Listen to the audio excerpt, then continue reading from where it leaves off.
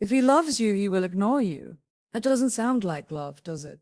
It sounds like a contradiction. It sounds like pain wrapped in confusion. But sometimes love isn't loud. It doesn't always come with roses, grand gestures, or the right words at the right time. Sometimes love comes with silence. Not because he doesn't care, but because he cares too much and doesn't know how to show it. We live in a world that tells us love should be clear, easy, and romantic, like the endings of fairy tales. But real love doesn't always follow that script. Sometimes it's awkward. Sometimes it hesitates. Sometimes it stays quiet.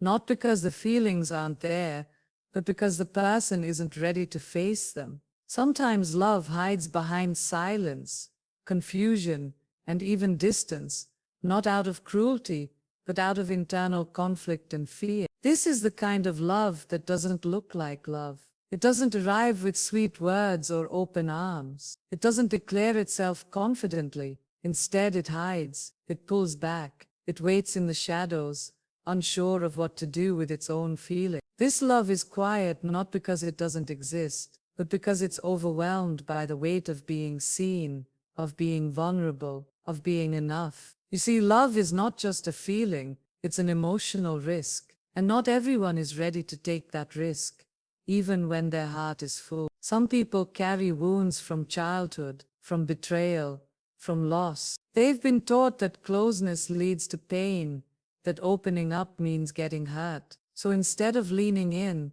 they pull away. Instead of holding your hand, they bury theirs in their pocket. And you're left standing there wondering why someone who says they care can be so distant. But here's the truth. Fear can wear the mask of indifference. Conflict inside someone can look like coldness on the outside. When a person hasn't made peace with their own feelings, when they're still learning how to love theirs, they won't know how to love you in a healthy way. It doesn't mean their feelings aren't real. It means their fear is louder than their love.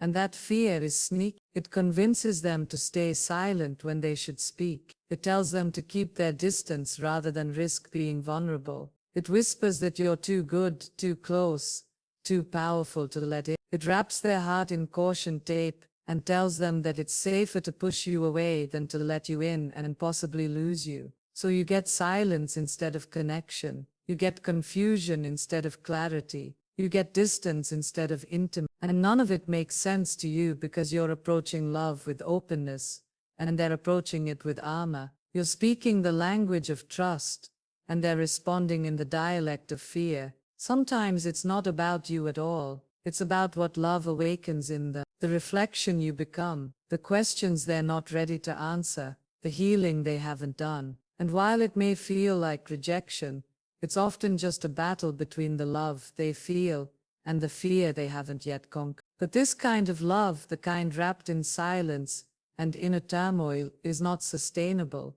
Not unless the person chooses to face themselves. Not unless they're willing to break the cycle, confront their fears, and learn to love with courage instead of hiding behind pain. Because love, real love, requires presence. It asks us to show up, even when it's scary. It demands that we risk being seen, being known, and maybe even being hurt. So when someone loves you and withdraws, don't rush to blame yourself. Instead, understand the deeper truth. Sometimes love is there, just buried under years of fear, and no matter how much you want to help them dig it out, they have to be the one to do it.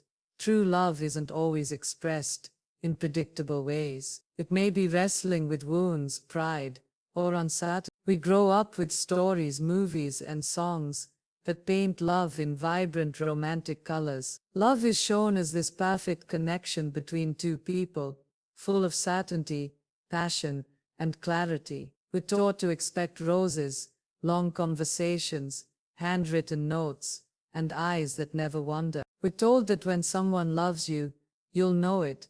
You'll feel it in the way they hold your hand, in the way they never forget to text back, in how easily they say I love you. But real life doesn't always follow that script. Sometimes love shows up in confusing, even frustrating form. It hides behind long pauses and emotional walls. It doesn't always speak when you need it to. Sometimes it looks more like distance than devotion, and that's where people get hurt when they mistake complexity for indifference. The truth is, love that's real, love that runs deep, often comes from a soul that has seen both beauty and battle. And when someone has been hurt by life, by people, by themselves, their love will not be easy to read. It may come wrapped in layers of defense. It may look like silence when you want words, or space when you crave closeness. It may not unfold in grand gestures or poetic declarations, but instead in small, hesitant signs, a glance that lingers too long, a message that says I was just thinking about you,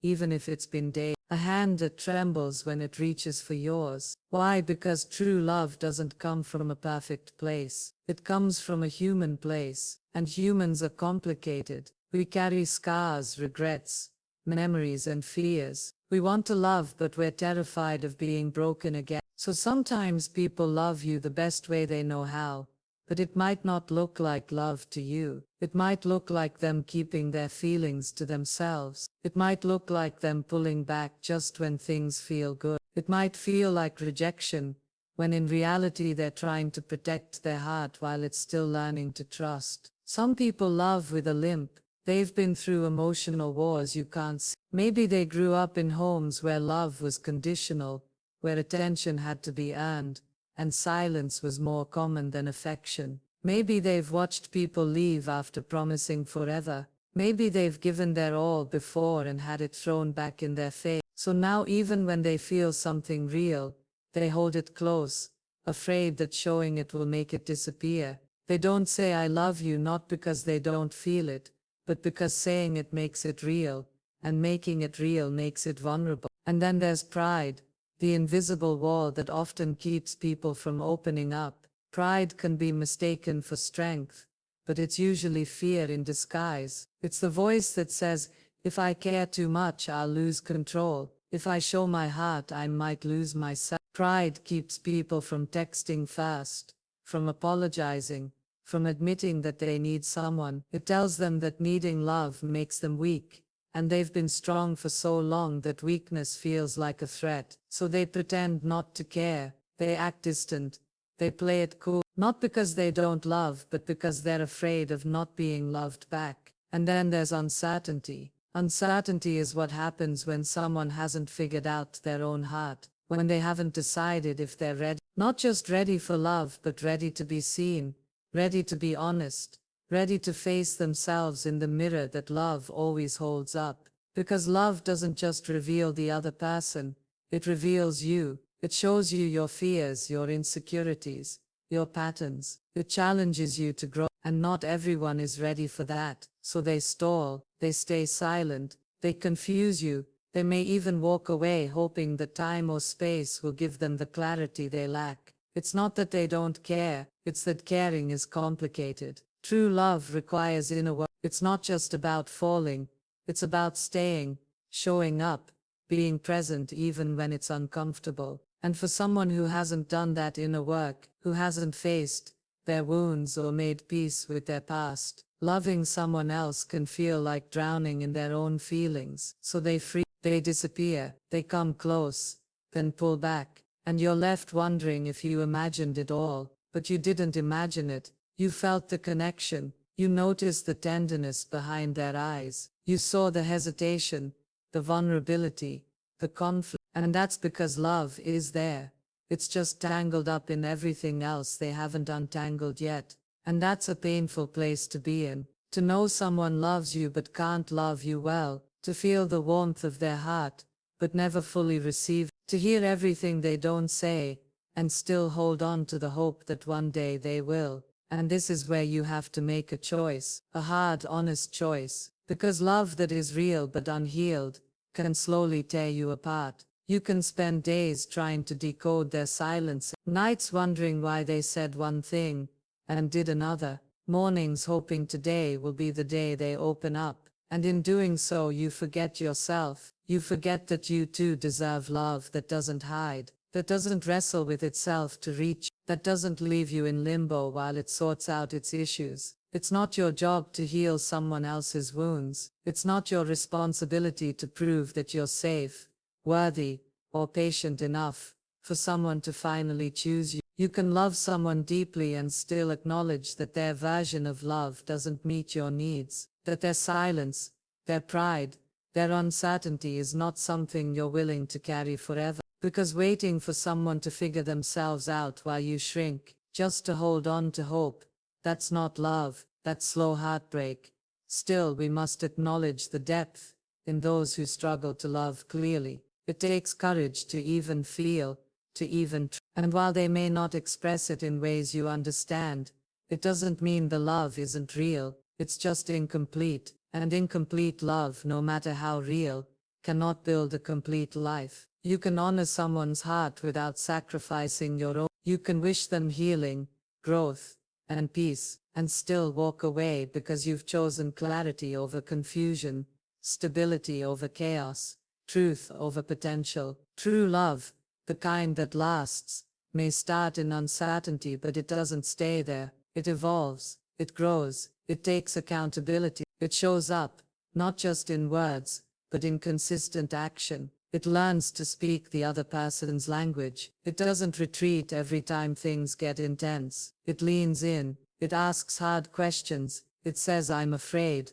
but I'm here. And that kind of love, when it finally arrives, makes all the silent, confusing, prideful versions pale in comparison. So if you find yourself loving someone who's not sure how to love you back, don't lose your voice trying to fill the silence. Don't bend into a shape you were never meant to be just to make them comfortable. Love is not supposed to confuse your soul. It may not always be easy, but it should feel safe. It should help you rise, not make you question your worth. And if it doesn't do that, then maybe the bravest thing you can do is let go, not because the love wasn't real, but because you finally realized yours was. Learning to see beyond someone's behavior can help you decide whether to wait, walk away, or grow stronger from the experience. At first glance, behavior seems like the only evidence we have of someone's feelings. We look at what they do, what they say, how they treat us, how often they show up or fail to. It's natural. We've been taught that actions speak louder than words, and most of the time that's true. But sometimes the actions don't tell the full story. Sometimes someone's behavior is not a clear message of how they feel about you, it's a reflection of how they feel about themselves. When you learn to look beyond that surface, when you stop taking everything personally, you begin to unlock a deeper understanding, not just of them, but of yourself. Because not all distance means disinterest, not all silence means apathy, and not all avoidance means a lack of love. Sometimes people behave in ways that confuse us, because they are confused themselves. They pull away not because you did something wrong, but because being close to someone exposes wounds they haven't addressed. They lash out, go cold, or disappear not because you're unlovable, but because loving you stirs something inside them that they don't know how to handle. In these moments, it's easy to feel rejected, to feel not enough. But when you begin to look through the behavior instead of just at it, you start to see that it's often not about you at all. This kind of insight doesn't come easily. It takes emotional maturity, it takes practice, and most of all, it takes stillness, the ability to pause, reflect, and ask deeper questions. What's really going on here? What am I feeling? Versus what is real? Is this person truly cruel, or are they wounded? Are they indifferent, or are they overwhelmed? Are they walking away, or are they stuck in a pattern they haven't yet escaped? These aren't excuses for harmful behavior. Let's be clear. Understanding someone's pain does not mean you have to endure it, but it does allow you to make wiser decisions. It allows you to respond instead of react, to step back instead of chase, to observe with compassion instead of getting trapped in a cycle of emotional chaos. Because once you understand that someone's inconsistency or detachment might be rooted in fear or shame, not a lack of affection, you stop seeing yourself as the problem. You stop internalizing their confusion as your failure. This insight gives you power, not over them, but over yourself, because it allows you to stand at a crossroads with clarity. One path may lead to patience, to waiting and allowing someone the space to grow, with the hope that they will come back stronger, more honest, more capable of life. Another path may lead to walking away, to accepting that despite your deep feelings, their behavior is not aligned with your peace, and that leaving is not weakness, but wisdom. And then there's the third path, the quiet transformation that happens inside you, the path where you grow, where you learn, where the experience, no matter how painful, becomes the soil for something new to bloom within you. It's easy to get caught up in someone else's journey, especially when love is involved. You want to help them heal, you want to show them you want to be the exception to whatever rule they've been living by, the one person who stays, who believes, who waits. And sometimes that's a beautiful thing. Sometimes your love is the light that helps someone find their way, but sometimes your love becomes lost in the dark with them. You start dimming your own light just to match their shadows. You start questioning your worth based on their inability to choose you, to see you, to show up for you. But here's what seeing beyond behavior teaches you. It reminds you that you are not someone's savior. You are not responsible for their healing. You can care deeply and still choose to protect your own heart. You can empathize with their pain and still recognize that love requires more than emotion.